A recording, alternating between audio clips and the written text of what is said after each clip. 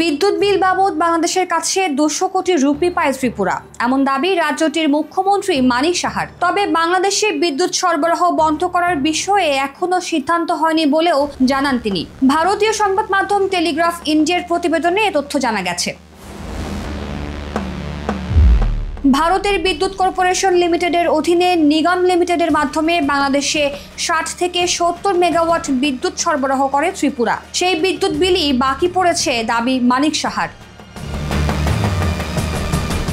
ভারতের সংবাদ সংস্থা পিটিআইকে দেওয়া সাক্ষাৎকারে মানিক সাহা বলেন, বিদ্যুৎ সরবরাহের জন্য ঢাকা আমাদের প্রায় 200 কোটি রুপি দেয়নি। বকেয়ার পরিমাণ প্রতিদিনই বাড়ছে। আমরা অবশ্য আশা করি তারা তাদের পাওনা পরিশোধ করবে, যাতে বিদ্যুৎ সরবরাহ বন্ধ না হয়।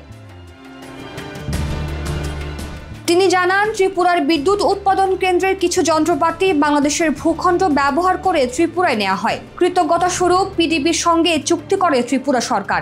2016 সালে বাংলাদেশে বিদ্যুৎ সরবরাহ শুরু করে সীমান্ত ঘেঁষা ভারতীয় এই রাজ্যটি।